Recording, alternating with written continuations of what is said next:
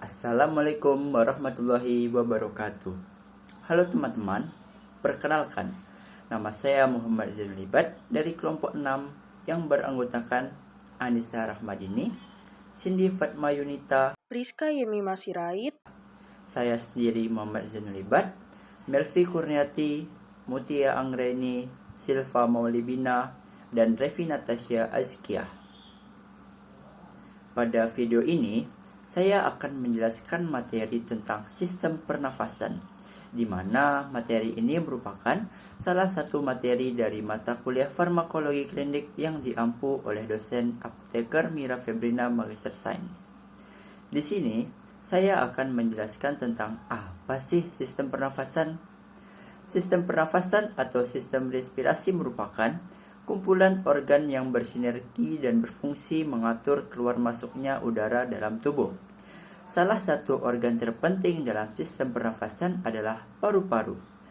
Paru-paru berfungsi untuk oksigenisasi dan ekskresi karbon dioksida serta air.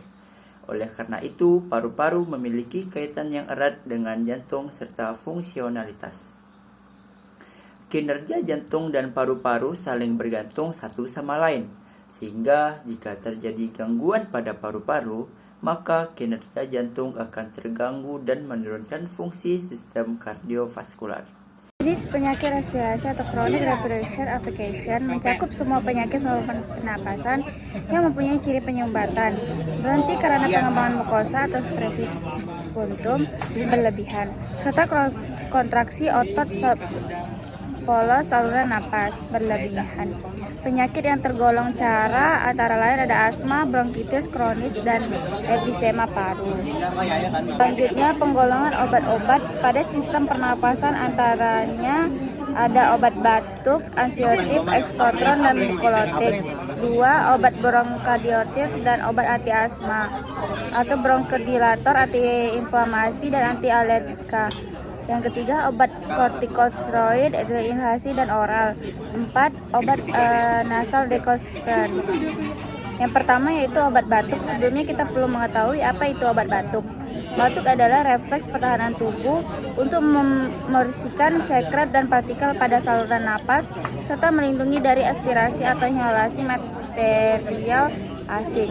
Patogen inflamasi dan post nasal drip. Penyebab batuk dapat terjadi akibat masalah di paru maupun dari luar paru. Penggolongan obat batuk terbagi menjadi obat antisiatif dengan efek kerja sentral dan obat antisiatif dengan efek kerja perifer. Obat yang bekerja secara sentral terdiri atas golongan opioid dan non-opioid. Golongan opioid seperti morfin dan kodein bekerja secara primer pada refleks batuk di sistem saraf pusat. Contohnya dextromethorphan. Dosis yang dianjurkan untuk penggunaan dextromethorphan pada seorang dewasa adalah 120. Mekanisme kerjanya, dextromethorphan menekan refleks batuk dengan cara bekerja langsung pada bagian medula otak. Kemudian ini merupakan reseptor antagonis N-methyl upstart dan bekerja dengan cara memblok kanal secara non-komparatif serta bekerja secara agonis dengan reseptor sigma 1 pada reseptor opioid. Antagonis reseptor nikotin pada A3B4, A4B2, A7, inhibitor transport serotonin, serta inhibitor kanal kalsium. Mekanisme utamanya dalam mencegah batuk adalah bekerja pada nukleus solitarius yang bekerja takut dengan serat afferent vagal pulmonar di sistem saraf pusat. Efek sampingnya itu konsumsi dextromethorphan dengan dosis lazim. Efek samping yang penuh muncul seperti mengantuk, pusing, nuansa, gangguan pencernaan, kesulitan dalam berkonsentrasi, dan kering pada mulut dan tenggorokan. Kodein. Dosis dapat diberikan berkisar antara 15 mg sampai 120 mg per hari. Sedangkan untuk batuk kronik, misal pada kasus keganasan, dosis yang diberikan sekitar 30 mg tiap 4 sampai 6 jam. Mekanisme kerjanya dalam menekan respons saraf pusat adalah dengan berikatan pada pusat batuk di batang otak sehingga menekan rangsang terjadinya batuk dan jalur motorik ekspirasi. Penelitian menemukan bahwa dosis obat yang beredar bebas dalam darah seperti pada pemberian kodein intravena akan menurunkan refleks batuk dalam saluran 6 gram atau mililiter. Efek sampingnya ringan pada saluran pencernaan telah dilaporkan terjadi pada beberapa pasien, yaitu reaksi alergi. Dosisnya dosis dewasa per oral 2-3 kali sehari, 1 tablet 30 mg.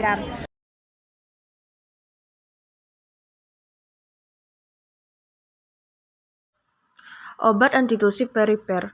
Mekanisme kerja yaitu mengatur efek neuropeptida sensorik yang merangsang batuk di saluran napas. Mekanisme lainnya terjadi dengan cara menghambat efek serat C dan neuropeptida yang dihasilkan dari saluran napas bawah melewati sistem slowly adapting receptors atau SARS dan rapidly adapting receptor atau RARS. Yang kedua ada ekspektoran, contohnya guanfacin. Mekanisme kerjanya adalah menghambat sekresi musin dengan menginduksi senyawa mucin 5AC yang mempengaruhi level protein pada sputum, kekentalan sputum, serta penggerakan mukosiler sputum sehingga diharapkan akan meningkatkan pengeluaran sputum. Indikasi dari guanfacin ialah sebagai pengenceran dahak. Dosis yang digunakan ialah 200-400 mg tiap 4 jam sesuai kebutuhan. Efek sampingnya adalah sakit perut, mual, muntah, dan diare. 3 ada mukolitik, contohnya bronhexin. Mekanismenya ialah menggunakan mukopolisakarida asam sehingga serabut lendir bronkus akan terurai. Indikasinya sebagai ekspektron, kontraindikasinya yaitu hipertensi terhadap bronchexin HCl. Dosis yang bisa digunakan adalah 1 tablet 3 kali sehari. Efek sampingnya yaitu kembung, ruam kulit, gangguan pencernaan, mual, muntah, dan sakit kepala. Baiklah, selanjutnya yaitu adalah obat asma. Asma merupakan sebuah penyakit yang berupa adanya respon berlebihan dari trakea dan bronki terhadap berbagai rangsangan yang selanjutnya mengakibatkan tersebarnya penyempitan saluran napas yang beratnya dapat berupa secara spontan. Asma juga merupakan suatu penyakit inflamasi, adanya infeksi pada saluran pernapasan mengakibatkan terjadinya bronkokonstriksi yang disertai dengan hipertrofi otot pola saluran napas dan kelenjar sekretori, pengelupasan epitelium, dan terlihat pula adanya penebalan lamina propria. Obat asma digolongkan menjadi 2, yaitu pertama yaitu adalah bronkodilator, di mana mekanisme kerja obat ini yaitu merangsang sistem adrenergik atau melalui penghambatan sistem kolinergis sehingga memberikan efek bronkodilatasi. Obat yang termasuk golongan ini antara lain 1 yaitu adrenergika, yaitu obat yang digunakan selektif terhadap reseptor beta 2 dan tidak bekerja terhadap reseptor beta 1, contohnya efedrin. Di mana indikasinya yaitu asma, bronkitis, dan emfisema. Kontraindikasi yaitu pada pasien penyakit jantung, hipertensi, gondok, dan glaukoma. Efek sampingnya yaitu takikardia, glisa, insomnia, sakit kepala, eksitasi, aritmia ventrikuler. Interaksinya diantaranya yaitu penghambatan MAO, meningkatnya efek efedrin, atropin yang dapat meningkatkan efek bronkodilatasi, efedrin. Yang kedua yaitu antikolinergika, di mana antikolinergika ini bekerja memblokir reseptor saraf kolinergik pada otot polos bronki, sehingga aktivitas saraf anergik menjadi dominan dengan efek bronkodilatasi. Contoh obatnya yaitu ipratorium. Indikasinya asma bronkial, bronkitis kronis, emfisema. Kontraindikasinya terhadap pasien yang hipersensitif dan terhadap senyawa yang menyerupai atropin. Efek sampingnya mulut kering, iritasi kerongkongan, batuk, peningkatan tekanan intraokuler jika mengenai mata penderita glaukoma. Selanjutnya yaitu adalah interaksi obatnya, yaitu dapat memperkuat efek antikolinergik. Obat lain, bronkodilatasi, diperkuat oleh derivat statin dan preparat beta adrenergik. Yang kedua yaitu adalah obat antihistamin. Obat histamin adalah zat-zat yang berkhasiat menstabilkan mast cell sehingga tidak pecah dan mengakibatkan terlepasnya histamin. Obat ini berguna untuk mencegah asma dan rinitis alergis atau high fever. Contohnya yaitu ketotifen. Indikasinya profilaksis asma bronkial karena alergi. Mekanismenya menghambat reseptor histamin dan menstabilkan mast cell.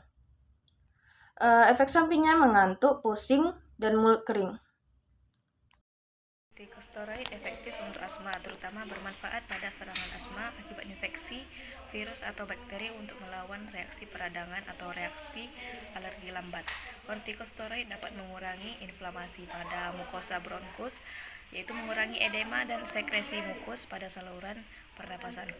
Daya bronkodilatasinya mempertinggi kepekaan beta 2 sehingga dapat melawan efek mediator seperti peradangan dan gatal-gatal.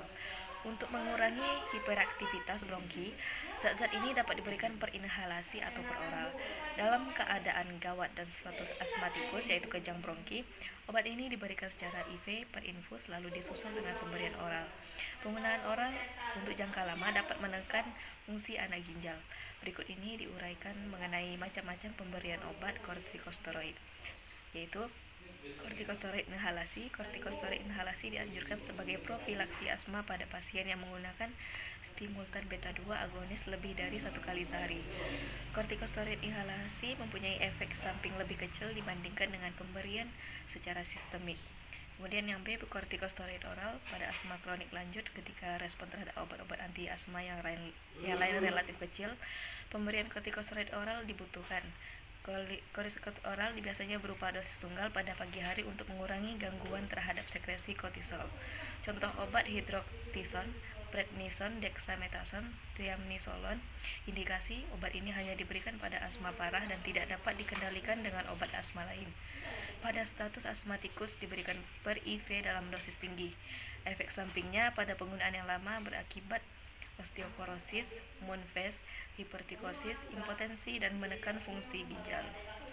Interaksi obat efeknya memperkuat anergika dan teofilin serta mengurangi sekresi dahak. Pemberian dosis besar maksimum 2-3 minggu per oral, 25-40 mg sesudah makan pagi. Setiap hari dikurangi 5 mg. Untuk pemeliharaan 5-10 mg prednison setiap 48 jam atau betamethasone setengah mg setiap hari. Kemudian nasal dekongestan. Dekongestan dapat mengobati sinus dan hidung tersumbat. Dekongestan adalah agonis adrenergik simpatomimetik. Mekanisme aksinya stimulasi dari reseptor adrenergik penarik pembuluh darah sehingga menurunkan pembengkakan pembuluh sinus dan edema mukosa.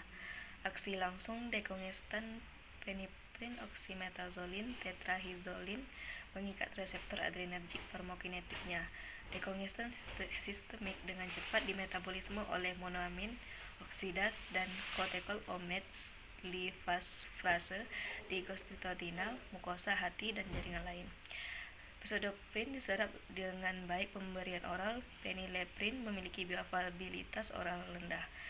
Pseudoephedrine dan phenylephrine memiliki distribusi volume besar 2,6-5 liter per kilogram.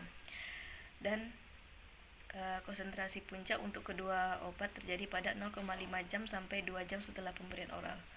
Indikasi dari dekongestan untuk mengurangi rasa sakit dari hidung serta untuk hidung tersumbat.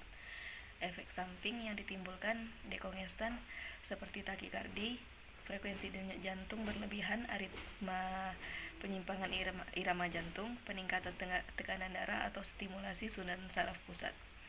Contoh obat phenylephrine. Phenylephrine adalah agonis reseptor alfa-1 adrenergik yang banyak digunakan untuk meredakan hidung tersumbat akibat common cold atau rinitis alergi.